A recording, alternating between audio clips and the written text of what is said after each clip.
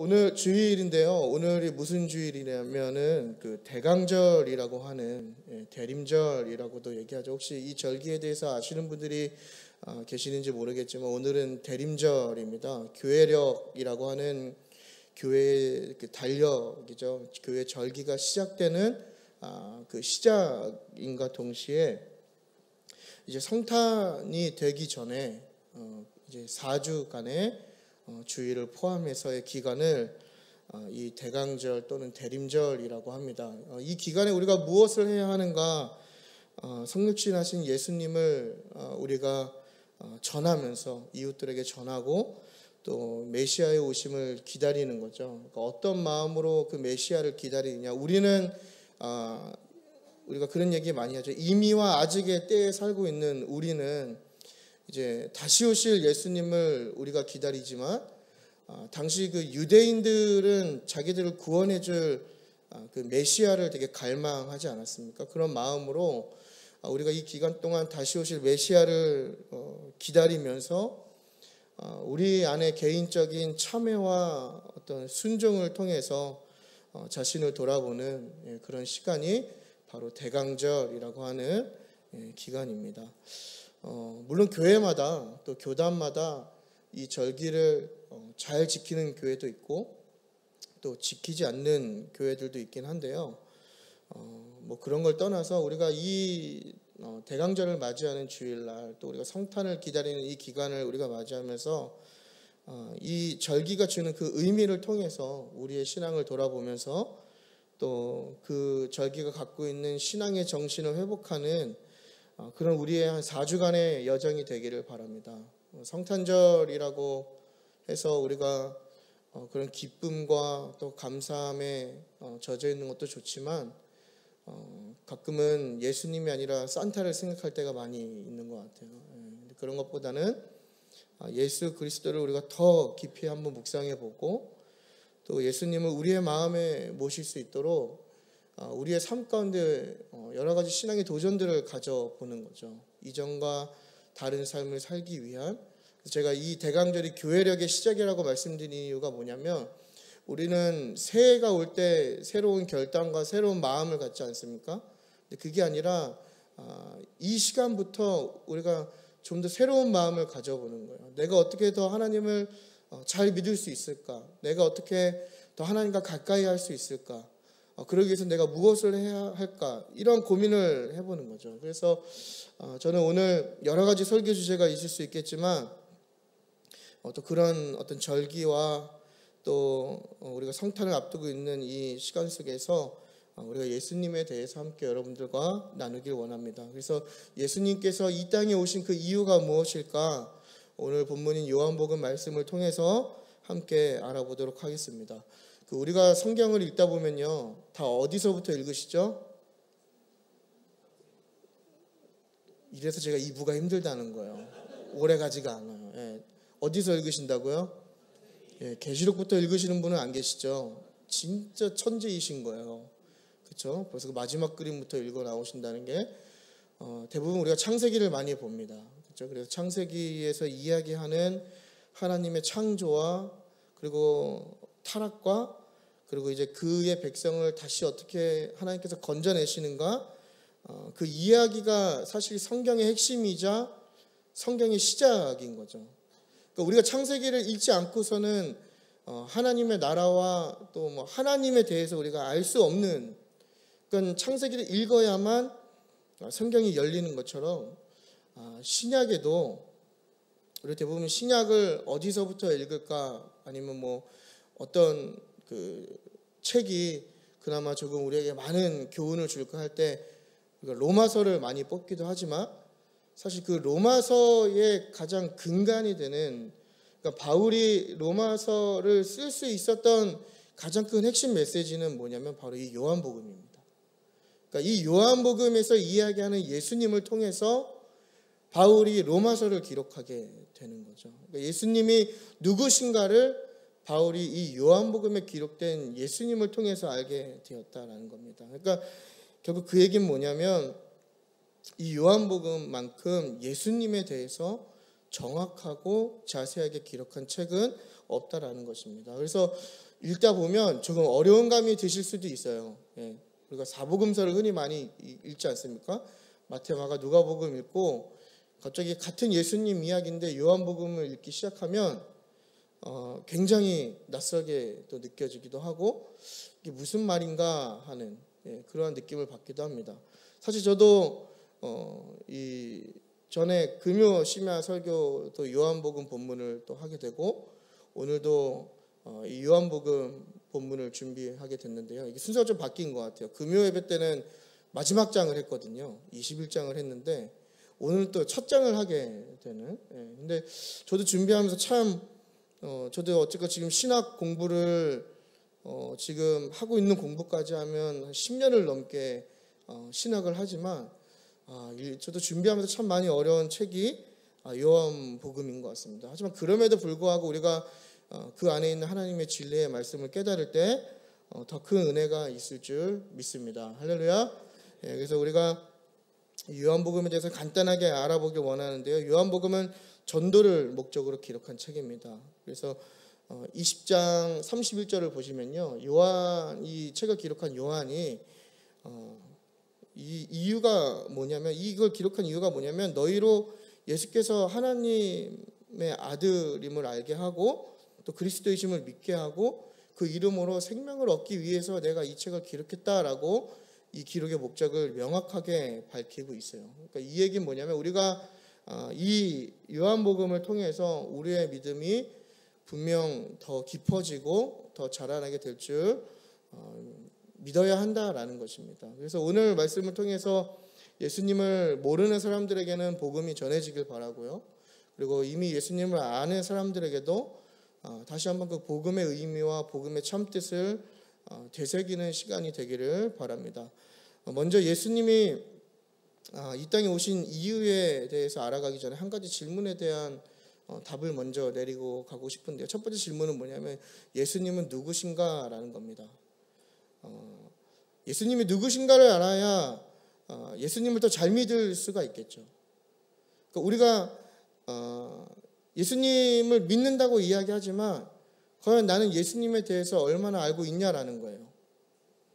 예수님께서 이 땅에 오셨는데 그 사건이 우리에게 주는 의미와 거기에 있는 그 가치가 우리에게 어떻게 다가오는지의 어떤 그 차이는 내가 예수님을 얼마나 더 잘 아느냐, 예수님이 누구신가를 알 때 우리가 그것을 알 수 있다라는 겁니다. 여러분 다 예수님 믿으시죠? 예. 여기 안 믿는 분 계시나요 혹시? 예. 아니면 뭐 신천지에서 잠깐 이렇게 뭐 산책 나오셨거나, 네. 뭐 처음 보는 분이 안 계셔갖고 믿음으로 신천지도 이 요한복음 들으면 변화받을 줄 믿습니다. 예. 아무튼 뭐 그런 책이에요. 이게 대단한 책이거든요. 감히 제가 전한다는 게 그게 좀 미세긴 하지만, 예. 아무튼 예수님이 누구냐고 질문한다면 여러분들은 뭐라고 설명하실 거예요? 예. 이 제자훈련 하잖아요.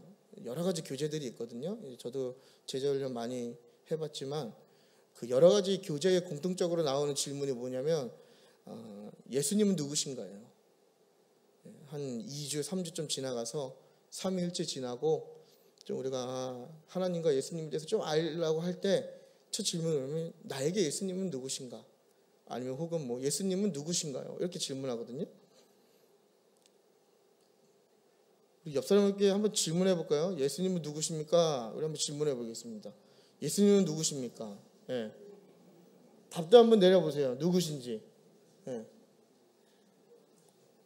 이렇게 옹알이 하지 마시고 예수님이 누구냐고 물어봤을 때 내가 뭐라고 대답할 수 있냐라는 거예요. 다 대부분 어떻게 이야기하냐면요, 정답을 이야기하긴 하세요. 틀린 얘기를 하진 않거든요. 근데 그 내용들이 다 내가 경험하면서 내가 느낀 그런 어떤 추상적인 예수님을 자꾸 이야기하는 거예요. 그것도 물론 좋은 방법인 것 같아요. 무조건 뭐 예수님이 누구신가 해서 어떤 학자들이 막 몇백 페이지의 논문을 쓰는 것처럼 막 그렇게 이야기하는 게 아니라 내가 느끼고 내가 경험한 하나님을 이야기하는 것도 좋지만 그보다 더 중요한 것은 성경에서 이야기하는 예수님을 우리가 온전히 이해할 때 예수님에 대해서 더 잘 알아가고 우리의 믿음이 더욱더 깊어진다라는 것입니다. 그렇다면 예수님은 누구신가? 첫 번째는 예수님은 참 하나님이시다는 겁니다. 성경의 많은 구절이 예수님이 하나님이시라고 이야기하고 있거든요. 그분은 신성을 가진 하나님이세요. 요한복음 1장 1절을 우리가 다 같이 한번 읽도록 하겠습니다. 시작.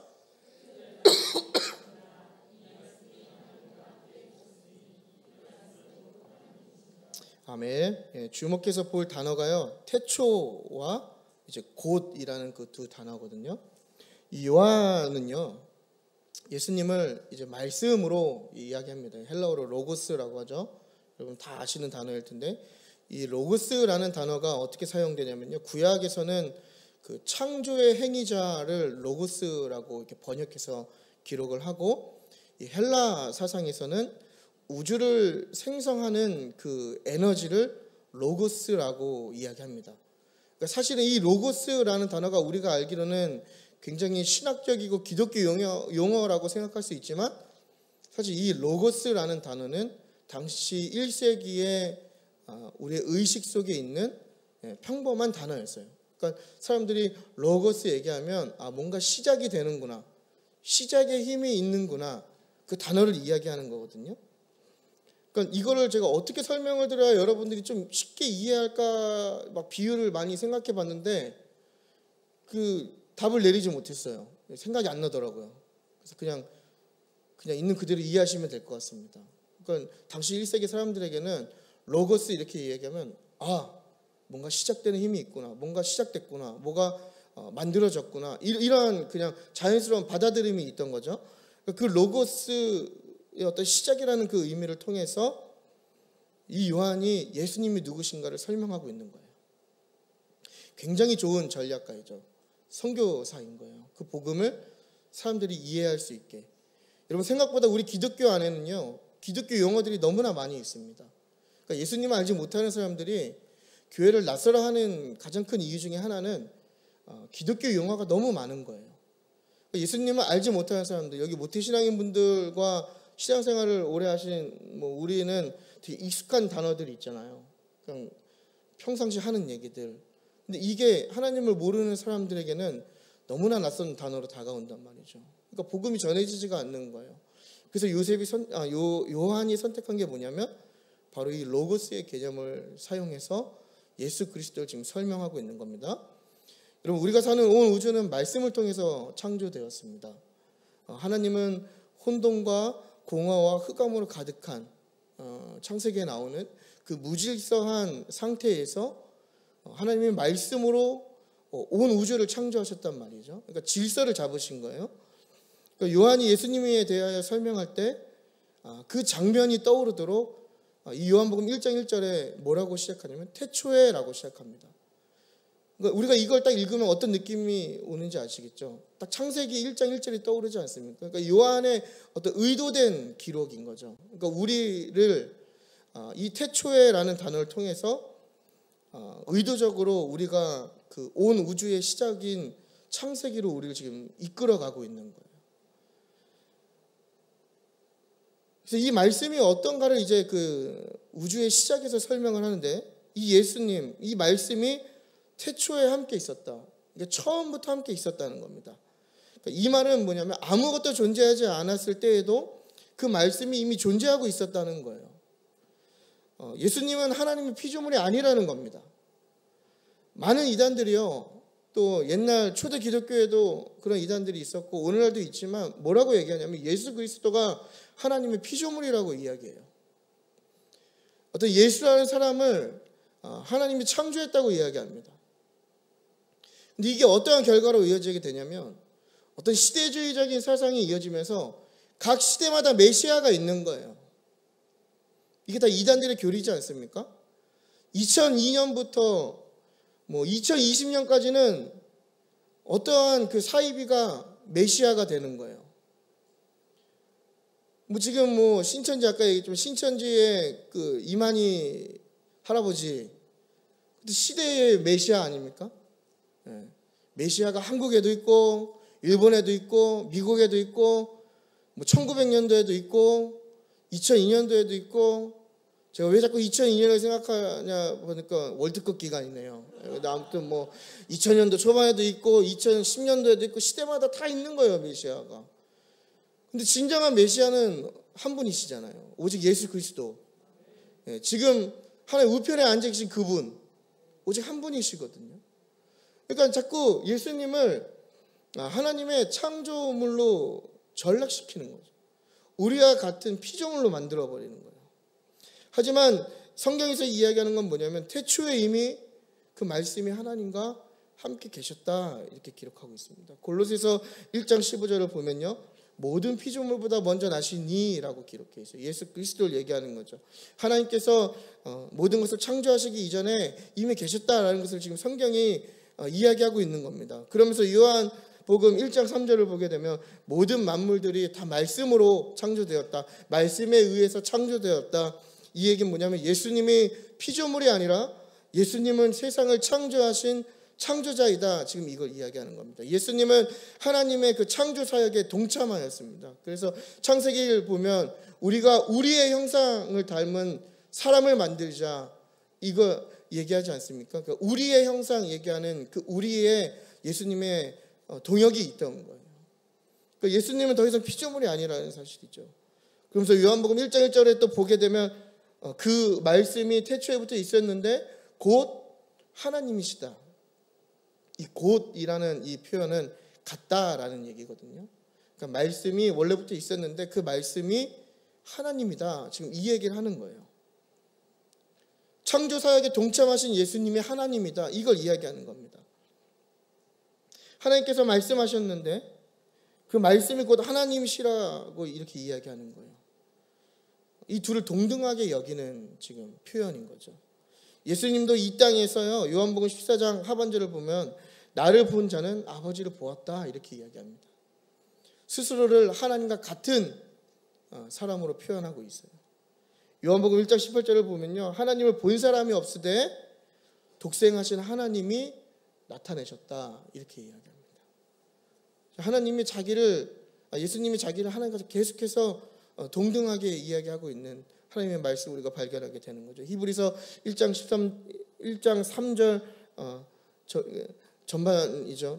보게 되면 하나님의 영광의 광채시고 그 본체의 형상이 바로 예수님이다 이렇게 얘기하고, 골로새서 보면 예수는 보이지 아니하는 하나님의 형상이다. 그러니까 성경의 많은 기록들이 예수님께서 하나님이시다라는 것을, 같은 분이시다라는 것을 지금 이야기해주고 있는 겁니다. 그래서 우리는 이 말씀들을 통해서 예수님이 누구신가? 예수님은 참 하나님이시다. 우리는 알 수 있는 것입니다. 물론 구분은 되겠죠. 예수님과 우리가 흔히 이야기하는 하나님 아버지 야훼와 구분은 되겠지만 동등한 위치를 취하시는, 여러분 조심하면 안 됩니다. 오늘 설교 굉장히 중요한 거예요. 왜 중요하냐면 여기서 말씀을 밖에 나가서 한마디라도 잘못하시면 서로 어색해지는 거예요. 이 신학이 굉장히 말장난이거든요. 이게 과 이거 하나에 따라서 이단이 되기도 하고 복음주의자가 되기도 합니다.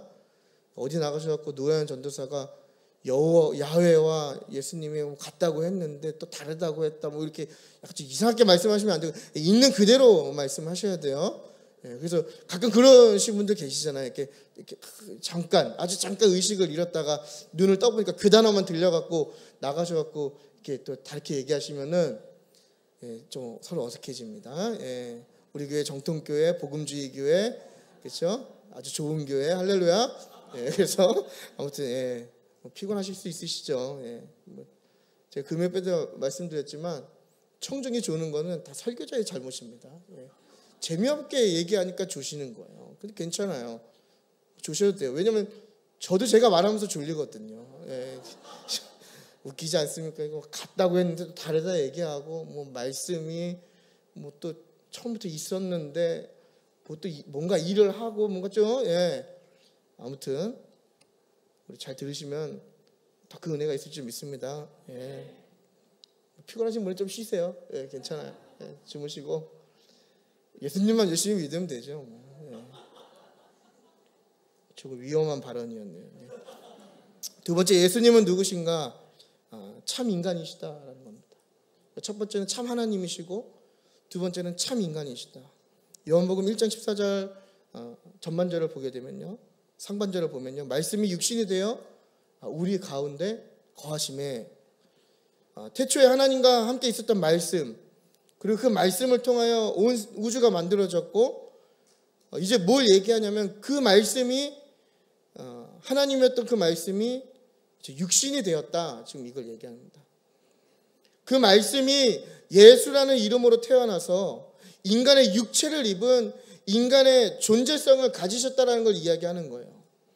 하나님이 인간 되신 엄청난 사건이죠.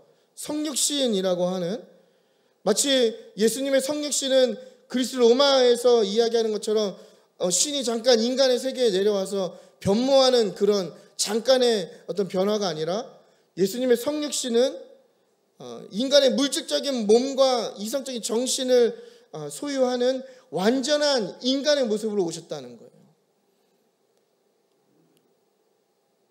예수님이 완전한 인간이 되신 거죠. 우리처럼 완전한 인간이 되신 거예요. 그래서 완전한 인간이 되셔서 하나님이신 예수님이 완전한 인간의 모습으로 우리의 시간과 우리의 공간과 우리의 삶에 찾아오셨다라는 겁니다. 사실 하나님이라는 존재는 지금 우리가 살고 있는 이 세계에 함께할 수 없는 분이죠. 근데 우리와 함께하기 위해서 인간의 몸으로 완전한 인간의 육체를 가지고 우리 가운데 오셨다는 거예요. 그러니까 역사 가운데 계신 하나님입니다. 굉장한 사건이거든요. 히브리서 2장 14절을 보면요, 예수님께서 혈과 육을 함께 지니셨다 이렇게 이야기하고, 요한일서 4장 2절을 보면요, 예수 그리스도께서 육체로 오셨다 이렇게 얘기합니다. 그러니까 완전히 우리와 같은 모습인 거예요. 살과 피로 이루어진 물질적인 인간, 그 예수님이셨다는 겁니다. 우리가 막 그런 생각할 수 있잖아요. 저는 막 재밌는 상상이긴 한데, 예수님께서 지금 인간의 몸으로 오셨으면 되게 잘생기지 않았을까 이런 생각도 좀 해봐요. 그런 생각 안 해보셨습니까? 하나님이신데 이렇게 인간의 몸을 입어야 되면 그래도 조금 키도 좀 크시고 얼굴도 좀 잘생기시고 머리숱도 좀 많으시고, 그죠? 아무튼 근데 어쨌건 그 몸으로 오셨다는 거예요. 같은 몸으로 오셨다는 거죠. 우리와 같은 인간이셨다는 거, 특별한 거 없는. 예수님도 화장실 가시고, 예수님도 주무시고, 우리가 동일한 조건으로 이 땅 가운데 계셨다는 겁니다. 이 마태복음 4장 2절을 보면 예수님께서 사역을 시작하시기 전에 40일을 금식하시고 나서 뭐라고 얘기하냐면 줄이신지라 이렇게 얘기합니다. 배가 고프셨다는 거예요. 육체적인 연약함이 있으신 거죠.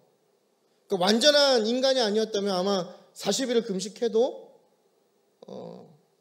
배고픔이 없었겠죠. 근데 줄이셨다. 우리가 느끼는 욕구와 우리가 느끼는 고통을 똑같이 느끼셨다는 거예요. 그래서 예수님은 감정적으로도 우리와 같이 기뻐하시고 슬퍼하시고 때로는 분노도 하시고 어떤 육체적인 고통도 느끼셨다는 겁니다. 그러니까 완전하신 하나님이 어떻게 불완전한 인간과 같이 느끼셨을까? 바로 완전한 성육신이 있었기 때문이라는 거예요. 완전한 인간이셨기 때문에. 여러분, 이게 우리에게 얼마나 복된 소식인지 모릅니다. 왜냐하면 예수님은 우리의 연약함을 그래서 동정하실 수 있는 분이거든요. 그래서 예수님이 우리의 연약함을 공감하실 수 있는 분이신 거예요. 예수님이 완전한 육체를 가지지 않으셨다면 우리의 연약함과 우리의 믿음 없음을 공감하시지 못하셨겠죠. 하지만 예수님은 우리의 연약함과 우리의 부족함과 또 우리의 어떤 아픔을 공감하실 수가 있는데, 그 이유가 뭐냐? 완전한 성육신이 되셨기 때문이라는 거예요. 우리도 같은 아픔이 있는 사람이 나와 같은 아픔이 있는 다른 사람을 위로하고 진실되게 공감할 수 있고 이해할 수 있는 것처럼 예수님이 우리를 그렇게 하셨기 때문에, 성육신 하셨기 때문에 우리를 동정하실 수 있고 나아가서 우리를 중보하시는, 여러분 중보자가 뭐죠? 변호하는 거잖아요. 그러니까 하나의 우편에서 중보하신다라는 것은 뭔가 이렇게 잘 되게 하는 그 중보가 아니라 우리의 죄악과 날마다 무너지는 우리의 삶과 정말 하나님의 그 공의 앞에 심판받고 저주받을 수 없는 우리의 인생을 예수님이 그 보혈로 변화하고 계시다라는 거거든요. 그러니까 예수님이 우리의 중보자가 되시지 않는다면, 예수님이 우리를 공감하시지 않고 우리를 이해하시지 않고 그래서 우리를 중보하시지 않는다면 아마 지금 당장 우리는 여기서 죽어야 할 것입니다. 우리는 거룩하지가 않잖아요. 우리의 어떤 취약한 존재가, 거룩하지 않은 우리의 존재가 어떻게 그 거룩하신 하나님 존전 앞에 설 수 있냐라는 거예요. 어떤 우리 신약의 개념으로 보면 여기가 뭐 성전이라고 많이들 말씀하시는데 성전은 아니죠. 성전은 예루살렘에 있잖아요. 여러분의 삶이 성전이지 않습니까? 근데 그 성전이 더럽혀지고 죄악으로 가득 차고 추악할 때 하나님이 그것을 견디지 못하시는 거거든요. 그럼에도 불구하고 우리가 날마다 이렇게 은혜를 입고 살아갈 수 있는 이유가 무엇이냐? 바로 주님이 우리의 중보자가 되시기 때문이라는 겁니다.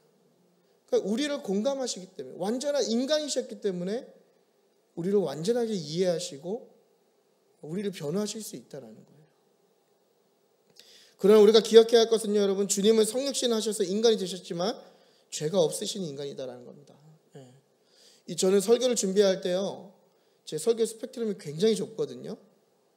왜 그러냐면 저는 제가 이야기한 대로만, 앞에서 전하는 대로만 살아야 된다고 생각하기 때문에 그래요.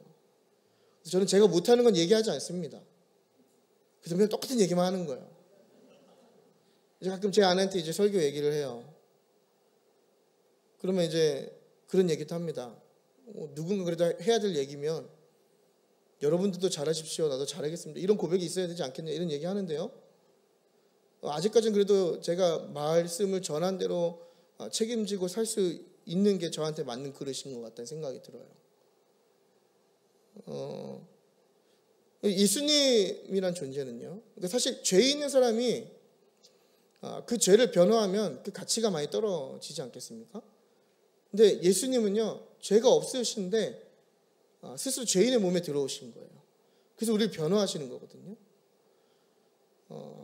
혈과 육에서 온 출생이 아니기 때문에 그런 거죠. 그러니까 우리는 자꾸 창세기로 돌아가는데 아담과 하와로부터 시작된 원죄가 어떤 우리가 윤리적이나 그런 법을 어기는 범법을 하지 않아도 그냥 우리 존재가 사실은 죄인인 거잖아요. 제가 이 원죄를 정말 언제 공감하냐면요, 저희 아이들을 키우면서 많이 공감해요. 나쁜 짓은 가르쳐주지 않아도 얼마나 잘하는지 몰라요. 여러분도 그러시죠? 악한 마음, 악한 행동, 악한 말들 가르쳐주지 않아도 우리 너무 잘합니다. 악한 것들이 우리에게 너무나 익숙한 거예요. 우리의 존재 자체가 죄인이거든요. 그 원죄가 우리를 지배하고 있는 거예요. 근데 예수님은 그 원죄가 없으시다고요. 왜 없냐? 혈과 육으로 태어나신 분이 아니라 누가복음 1장 35절에 나오는 성령으로 잉태되신 분이기 때문에 죄가 없으신 분인 거예요. 또한 요한복음 8장 46절을 보면 너희 중에 누가 나를 죄로 책잡겠냐, 고린도후서 5장 21절 보면 하나님이 죄를 알지 못하신 이를, 그러니까 죄가 없는 예수님을 우리를 대신하여 죄로 삼았다, 뭐 이런 얘기들. 또 베드로전서 2장 21절 보면 그는 죄를 범하지 않으시고 그 입에 거짓도 없으시다. 우리와 완전 다른 삶을 사는 거죠. 예수님은 작은 죄도 없으신 분인 거예요. 도덕적인 과오를 범하시지도 않으셨어요. 자기의 대적들에게 자신을 죄로 책잡아 보라고 도전하실 만큼 하나의 흠도 없으신 완전하신 분이었다라는 거예요. 죄로부터 자유하신 분.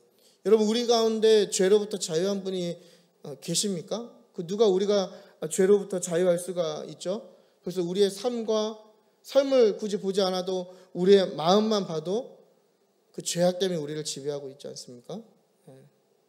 그러니까 죄가 없으시기 때문에, 죄가 없으시고 완전한 인간이시기 때문에 예수님이 우리의 구원자라는 거예요. 이 두 가지 자격 조건이 되기 때문에 제가 예수님이 누구신가를 설명할 때 예수님이 참 하나님이시고 참 인간이라고 설명을 드렸습니다. 이 참을 꼭 붙인 이유가 있어요. 굉장히 중요한 얘기인데요. 이게 신학적인 용어로 양태론이라는 이단들의 교리가 있습니다. 삼위일체를 부인하는 건데요. 마치 이렇게 쉽게 얘기하면 하나의 그 경극이라고 하나요? 중국에서 가면 이렇게 바꿔 쓰는 거 있잖아요. 그런 것처럼 예수님께서 때에 맞게 어떤 신적인 능력과 또 인간의 연약함을 번갈아 가면서 어쩔 때는 신이었다가 어쩔 때는 인간이었다가 이렇게 상황에 맞게 이렇게 변한다라고 표현해야 될까요? 그렇게 한다. 이게 양태론이라는 거거든요. 그러니까 삼위일체를 잘못 이해하고 있는 건데 이게 왜 중요하냐면 예수님께서 사실 예수님의 주된 미션이 뭐냐면 죽음에 놓인 하나님 나라 백성을 구원하시는 게 그의 미션이셨잖아요. 그러니까 십자가에 달리시는 게 예수님 사역의 가장 하이라이트란 말이죠. 우리는 예수님께서 죽으심이 예수님 사역의 어떠한 가장 바닥이라고 이야기하지만 사실 이 요한복음을 읽다 보면 예수님이 그 영광의 사역에 들어가는 그 첫걸음이 뭐냐면 순환입니다. 예수님이 고난을 받으실 때 영광스러움을 얻게 되시는 거거든요. 그러니까 십자가에 달려 죽으실 때 그 영광의 끝을 달리시는 그 장면인데 그걸 무시하게 되는 거예요. 그래서 예수님이 고난 받으시고 십자가에 달리셨을 때 신성을 사용했기 때문에 예수님은 아무런 고통도 느끼지 못했다. 그렇기 때문에 십자가 사역이 무의미하다. 이렇게 이야기하는 거예요. 그럼 어떻게 됩니까, 여러분? 유일한 구원의 길인 예수 그리스도가 부정받게 되는 거예요. 메시아가 아니게 되는 거죠. 하지만 주님은 여러분 우리가 기억해야 할 것은 뭐냐면 십자가에서 완전한 인간의 몸으로 저와 여러분을 위해서 모든 고난을 그대로 받으셨고 모든 물과 피를 쏟으셨다는 사실입니다. 여러분 이 사실에 동의하십니까? 예. 여러분 때문에 저 때문에 죽으신 거예요. 사실 이 두 가지만 봐도 굉장히 놀라운 일이죠. 하나님이 나를 위해서 이 더러운 어떤 정말 하등한 신이 하등한 인간의 존재에 왔다라는 사실이 굉장히 놀라운데 그렇다면 예수님께서 왜 이 땅에 오셨는가 우리가 알아보도록 하겠습니다. 두 가지인데요. 첫 번째는 예수님은 왜 오셨는가? 빛으로 비추시기 위해 오셨다는 겁니다. 우리 요한복음 1장 4절에서 5절을 다 함께 읽도록 하겠습니다. 시작.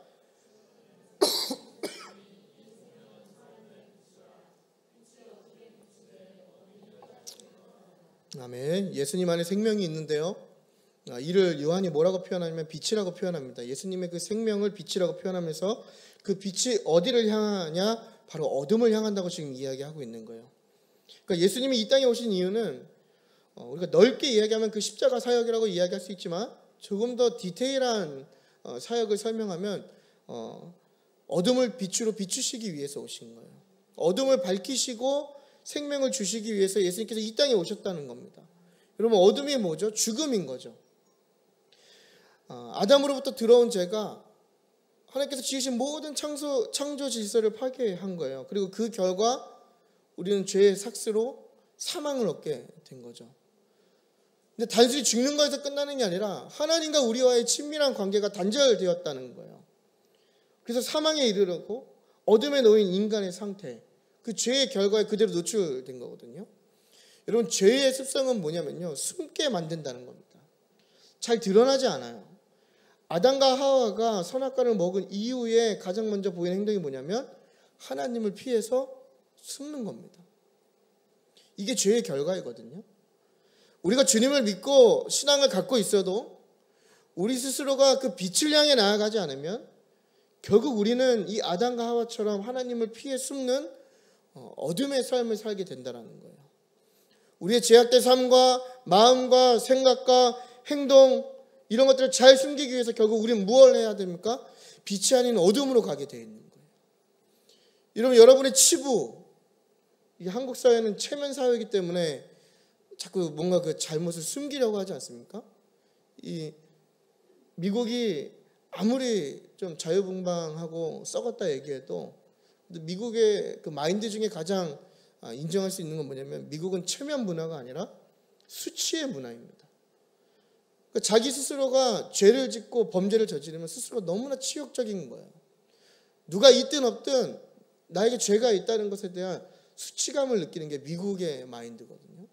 우리나라는 체면이 우리를 잡는 거죠. 그래서 자꾸 무언가 죄를 지으면 숨게 만들고 그 죄를 고백하려 하면 손가락질하고 이상한 잣대질을 들이밀고 죄를 더 숨길 수밖에 없는, 더 큰 죄를 만들 수밖에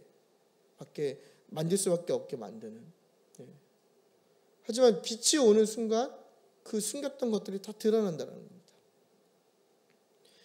거짓말해야 되죠. 속여야 돼요. 숨겨야 되고, 이 타락한 세대의 징조이죠. 제발 여러분 교회 다니시는 분들, 뭐 교회 다닌다고 표현했죠. 예수님 믿는 분들 거짓말 좀 하지 마세요. 제발. 예. 제가 제일 싫어하는 게 거짓말이거든요.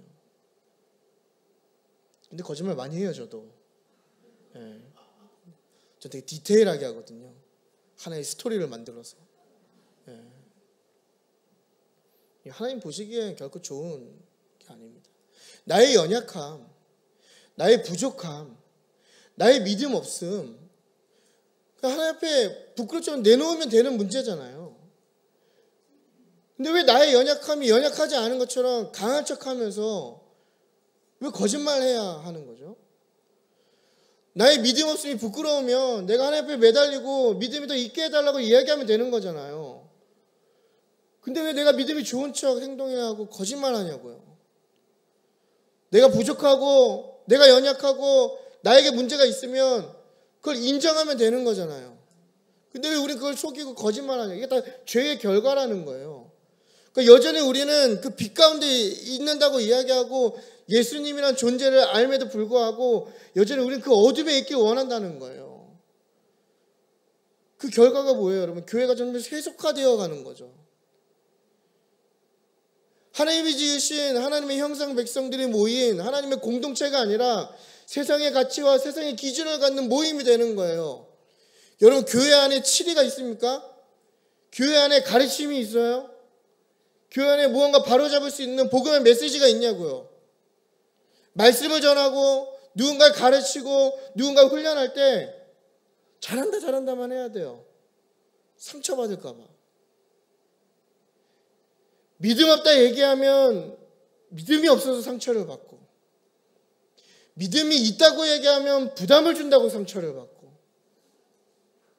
얘기를 안 하면 얘기를 안 한다고 상처를 받고, 관심을 주면 관심이 너무 많다고 상처를 받고,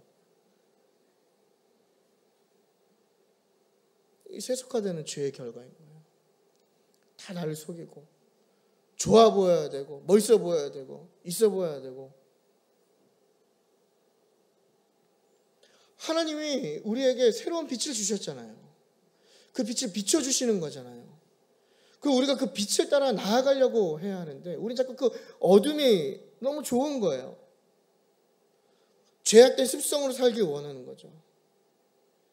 요한복음 3장 19절의 말씀처럼 빛보다 어둠을 더 사랑하고 빛으로 나오지 아니하는 삶을 우리가 살고 있지 않은지 진지하게 돌아봐야 한다는 겁니다. 3장 20절을 보면요, 왜 우리가 어둠을 더 사랑하는지 답이 나오는데요, 바로 그 행위가 드러나기 때문이에요. 죄악된 행위가 드러나기 때문에. 여러분, 주님이 우리의 삶에 개입하시면요, 그동안 숨기고 감춰왔던 깨닫지 못했던 우리의 죄가 드러나게 됩니다. 여기서 이야기하는 죄는 그런 윤리적인 도덕적인 죄가 아니라 우리의 존재에 대한 죄를 깨닫게 시작하는 거예요. 여러분, 우리가 주님을 언제 만났다고 이야기할 수 있냐면 나의 추악함을 내가 깨닫기 시작할 때, 그게 다 그분 앞에 드러날 때 내가 주님을 만난 거예요. 내가 여기에 앉아있다고 해서 주님을 만난 게 아니라 내가 언제 주님을 만났냐면 나의 추악함이 드러날 때 주님을 만난 거예요. 자기 직면이 있는 거죠. 내가 죄인임을 깨닫는 거예요. 나를 객관화시키고 내가 얼마나 부족하고 더러운 인간인지 깨닫기 시작하는 거예요. 그게 하나님의 빛이 그걸 깨닫게 하는 거예요. 나의 죄가 드러남과 동시에 뭐가 따라오죠? 진정한 회개가 있는 거예요. 여러분, 진정한 회개가 있을 때 성령 하나님이 우리 안에 임재하게 되는 겁니다. 어떤 가식적인 회개, 보여지는 회개, 눈물만 흘리는 회개가 아니라 진정한 회개가 내 안에 있어야 된다는 거예요. 동시에 주님을 찾게 되는 거죠. 왜냐? 나를 살릴 수 있는 분이 예수님밖에 없기 때문에. 이게 그 빛을 비추시는 거에 대한 효과입니다. 그래서 어둠에서 벗어나는 거죠. 이전의 삶에서 벗어나 새로운 생명으로 나오는 변화가 있는 거예요. 그때 진짜 믿음이 시작되는 겁니다. 그래서 여러분, 제가 감히 판단할 문제는 아니죠. 근데 이거 하나는 확실한 것 같아요. 우리가 예수님을 적어도 믿는다고 얘기하면 우리의 삶에 변화가 있어야 되는 겁니다. 10년 전의 나의 모습, 지금의 나의 모습, 우리의 외모가 변하는 게 아니고요. 우리의 삶이 변해야 되는 거예요. 나의 모든 지정의라고 하는 모든 전 인격이 변해야 되는 거예요. 아주 작은 변화라도 좋습니다. 하지만 변화가 없다면 과연 내가 믿음이 있는지, 내가 예수님을 만났는지 진지하게 들어볼 필요가 있다라는 겁니다. 우리의 이러한 빛에 노출됐을 때 그 빛의 역할이 뭐냐면 결국 우리를 그리스도께로 인도하는 그것입니다. 영원한 생명으로 이끌어 주시는 거죠. 여러분, 그리스도 안에는 영원한 생명이 있습니다. 믿으십니까? 예수님께만 영원한 생명이 있는 거예요.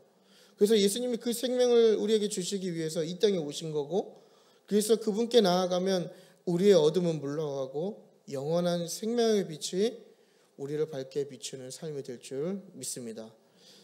두 번째는요, 예수님은 길이 되기 위해 오셨습니다. 예수님은 길이 되기 위해 오셨습니다. 우리 요한복음 1장 12절에서 14절을 함께 읽도록 하겠습니다. 시작. 영접하는 자,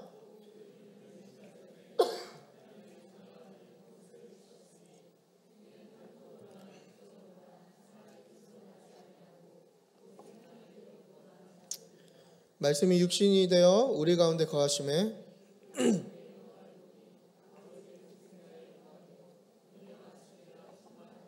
아멘. 네. 죄송합니다. 네.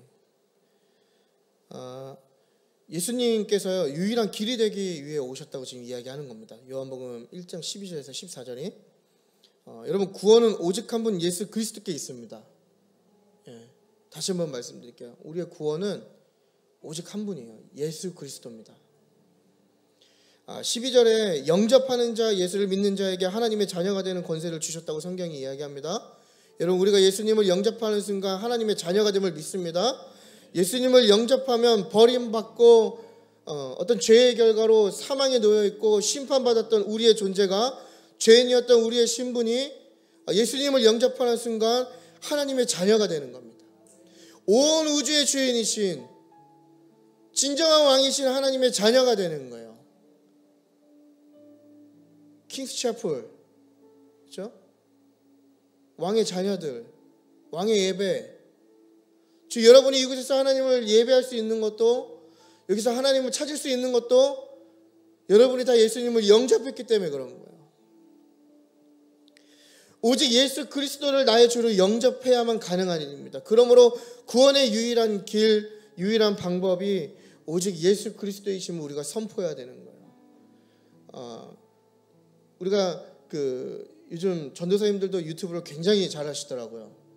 예, 저는 지금 구독자가 65명인데요. 이게 보면요, 차별금지법에 대한 이제 영상을 찍은 걸 제가 봤어요. 그래서 차별금지법의 교회를 통과하게 되면 어떠한 변화가 있는지 약간 이렇게 꽁트식으로 만든, 결국엔 그거거든요. 오직 예수 그리스도가 구원의 유일한 길이라는 걸 얘기하는 순간 모두가 감옥을 가게 되는 그런 시대가 오게 된다는 거죠. 하지만 그럼에도 불구하고 우리는 이 복음의 핵심 메시지가 선포될 줄 믿습니다. 단절된 하나님과의 연결은 오직 예수 그리스도 한 분입니다. 죄인된 우리가 하나님 앞에 나아갈 수 있는 유일한 길도 오직 예수 그리스도입니다. 여러분, 가끔 그런 마음이 드실지 모르겠어요. 저는요, 제 부끄러운 고백을 하면요, 제 아내는요 생긴 것도 좀 거룩해 보이진 않긴 하죠. 사실 다 동의하시는 걸로 그러면. 예. 저도 제 얼굴이 전도사 같지는 않아요, 사실. 예. 근데 제 안에는요 되게 더럽고 추악한 죄악됨이 엄청 많이 있거든요. 쉽게 용서하지 못하고 분노하고 누군가 원망하고 뭔가 불평이 있고 뭐 여러분도 느끼는 감정들이 전 더 많이 있는데요. 가끔 그러한 마음들이 저를 너무 강하게 지배할 때 이 하나님 앞에 자격 없음이 너무 강하게 다가와요. 거기에 플러스 알파로 뭐가 붙여지냐면 목회자를 꿈꾼다는 사람이 그러한 마음을 가져도 되는가 싶을 정도로 참 자격 없음이 되게 보여지거든요. 그럴 때 참 하나님 앞에 나서기가 되게 부끄러울 때가 있어요. 한 주간의 나의 삶을 돌아보고 한 주간의 나의 모습을 보면 정말 하나님 앞에 나설 수가 없는 그때 그나마 다시 저를 회복시키시고 다시 하나님의 이름을 부를 수 있게 만드는 건 뭐냐면 바로 예수 그리스도시라는 거예요. 그럴 때마다 하나님께서 참 감사한 게 뭐냐면 변함없이 그럼에도 불구하고 저를 사랑하시는 하나님의 사랑을 확인시켜 주신과 동시에 예수님의 보혈을 힘입어 하나님께 나아갈 수 있는 하나의 철판을 깔아주신다는 거죠. 정말 낯이 뜨겁고 하나님 앞에 부끄럽고 참 이렇게 믿는 게 과연 맞는 걸까 이런 생각이 들 때 예수님을 통해서 하나님의 부르심이 다시 있다라는 거예요. 여러분 부처도 아니고요, 알라도 아니고요, 오직 예수님만이 그 구원에 이르는 길인 줄 믿습니다. 여전히 어둠에 있는 자들은요 어떠한 삶을 사냐면 자기의 삶을 구원할 수 있는, 건져낼 수 있는, 구원이란 게 건져내는 거잖아요. 자기의 삶을 건져낼 수 있는 건 돈과 명예와 자기 노력과 스펙과 인맥과 자신들이 누리고 만질 수 있고 쌓아놓은 것들이 자신의 삶을 지키고 구원할 수 있다고 생각하는데요, 어쩌면 이 안에서 예배를 드리는 우리 가운데서도 여전히 이런 어둠에 계신 분이 있을 수도 있지만, 그래서 허영된 것을 쫓아가고 허망하고 거짓된 삶을 사는 분도 계실 수 있지만, 중요한 건 뭐냐면 오직 예수 그리스도만이 우리의 유일한 구원자시라는 겁니다. 그래서 우리가 그 예수 그리스도를 힘입을 때 우리의 믿음이 더욱더 깊어지고 믿음의 사람이 되고 예수님께 나아갈 수 있다는 거예요. 요한복음 1장 14절에 그걸 얘기하는 거잖아요. 예수님이 우리 안에 거하시는 것은 주님만이 유일한 구원자라는 사실을 지금 얘기하고 있는 겁니다. 예수님께서 성육신하셔서 우리의 삶 가운데, 우리의 인생 가운데, 우리의 마음 가운데 계시다는 거예요. 여러분 14절에요 그 거하시메라는 단어가 있습니다. 거하시메. 이 거하시메가 그 이제 헬라어 원어의 어떤 뜻이냐면요, 천막이라는 뜻입니다. 천막. 그러니까 이거를 좀 더 직역하면요, 예수님께서 우리 가운데 천막을 치셨다 이렇게 얘기할 수 있는 거예요. 그러니까 예수님이 우리에게 거하셨다, 이 얘기 뭐냐면 예수님이 우리에게 천막을 치셨다. 여러분 이 천막하면 뭐가 떠오릅니까? 구약에서 하나님을 만날 수 있는 유일한 장소, 성소죠. 성소. 그러니까 모세를 통해서 단절된 하나님과 하나님 백성의 관계가 회복되는, 유일하게 만날 수 있는 장소, 그 성막, 그 텐트. 구약에서 하나님을 만날 수 있는 유일한 길은 성막입니다. 근데 그 예수님이 신약에서 이 땅 가운데 오셔갖고 이 땅에 거하신다는 건 뭐냐면 죄로 단절된 우리와 하나님 사이에 새로운 천막이 되셨다는 거예요.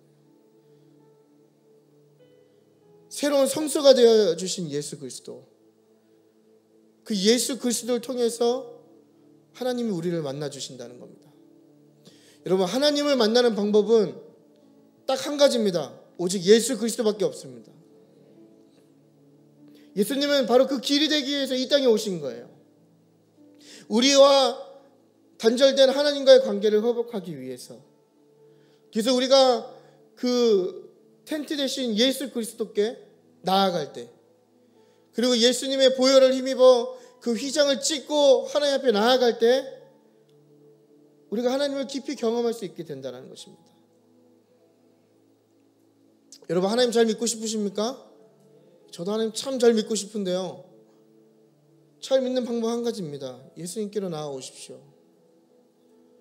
여러분, 주님이 오늘도 여러분을 초대하고 계십니다. 매일 반복되는 예배일지라도 누군가에게는 지금 드려지는 또 부족한 저를 통해서 전달되는 이 말씀을 통해서 하나님의 콜링이 있는 거거든요. 참 아이러니하지 않습니까, 여러분? 하나님이 지으셨고 또 하나님이 지으신 그 피조물들로 인하여서 이 죄가 들어와서 사망에 이르렀는데, 참 하나님 아이러니한 게 벌하지 않으시고 하나님의 계획을 돌이키셨다는 거예요. 오히려 우리를 구원하기 위해서 죽을 수밖에 없는 우리를 구원하시려고 길 대신 예수 그리스도를 보내주셨다. 정말 아이러니하지만 참 은혜와 감사한 마음이 들지 않습니까? 예수님이 이 땅에 오신 이유는 빛으로 비추시고 하나님께 나아가는 길이 되어주시기 위해서 오셨다는 것을 오늘 요한복음 1장 본문을 통해서 우리가 함께 나누었습니다. 오늘 제목이 뭐죠, 여러분? 저도 잘 기억이 안 나는데 대단하십니다. 예수님께서 왜 오셨을까요? 그 말씀을 가장 잘 표현한 것이 바로 요한복음 3장 16절에서 18절인 것 같습니다. 하나님이 세상을 이처럼 사랑하사 독생자를 주셨으니 이는 그를 믿는 자마다 멸망치 않고 영생을 얻게 하려 하심이라. 그 다음이 더 중요한 것 같은데요, 하나님이 그 아들을 세상에 보내신 것은 세상을 심판하려 하심이 아니라 예수 그리스도로 말미암아 세상이 구원을 받게 하려 하심이라. 할렐루야. 하나님은 여러분을 사랑하십니다. 충분히 죄로 가득한 이 세상과 또 저와 여러분을 벌하실 수 있음에도 그분의 계획을 바꾸실 만큼, 또 우리를 구하시기로 작정하실 만큼, 또 그의 가장 귀한 아들 예수 그리스도를 저와 여러분의 죄를 위해서 내어주실 만큼 하나님은 저와 여러분을 사랑하십니다. 그 이유가 무엇이죠? 바로 하나님께서 우리를 너무나 사랑하시기 때문입니다. 세상은 형편없고 죄악되고 또 최악인 사람을 버리지만 하나님은 그때 우리를 선택하신 분이에요. 더 진실된 사랑인 거죠. 우리가 최악일 때, 정말 사망 선고를 받은 우리의 모습일 때 하나님은 우리를 구원하시기 위해서 그 많은 옵션이 아닌 그의 독생자 예수, 또 우리의 길이 되신 예수 그리스도를 성육신하게 함으로써 예수님이 모든 죄를 짊어지게 하시고 우리를 향한 하나님의 사랑을 확증하셨다라는 겁니다. 여러분, 우리가 이제 대강절 이제 보내죠. 이제 저도 잘 챙기진 않아요, 사실 절기를. 그래도 우리가 이 대강절에 우리가 예수 그리스도를 이렇게 기대하고 또 예수 그리스도를 맞이하는 기간을 보내면서 우리를 향하신 하나님의 사랑을 좀 묵상했으면 좋겠고요. 또 유일한 길이 되시고 진리 되신 예수 그리스도를 깊이 묵상하면서 그분께 나아감으로 더 깊은 하나님과의 교제의 삶을 누리는 축복받은 하나님의 형상 백성 되시는 저와 여러분이 되기를 축복합니다. 여러분 승리하십시오.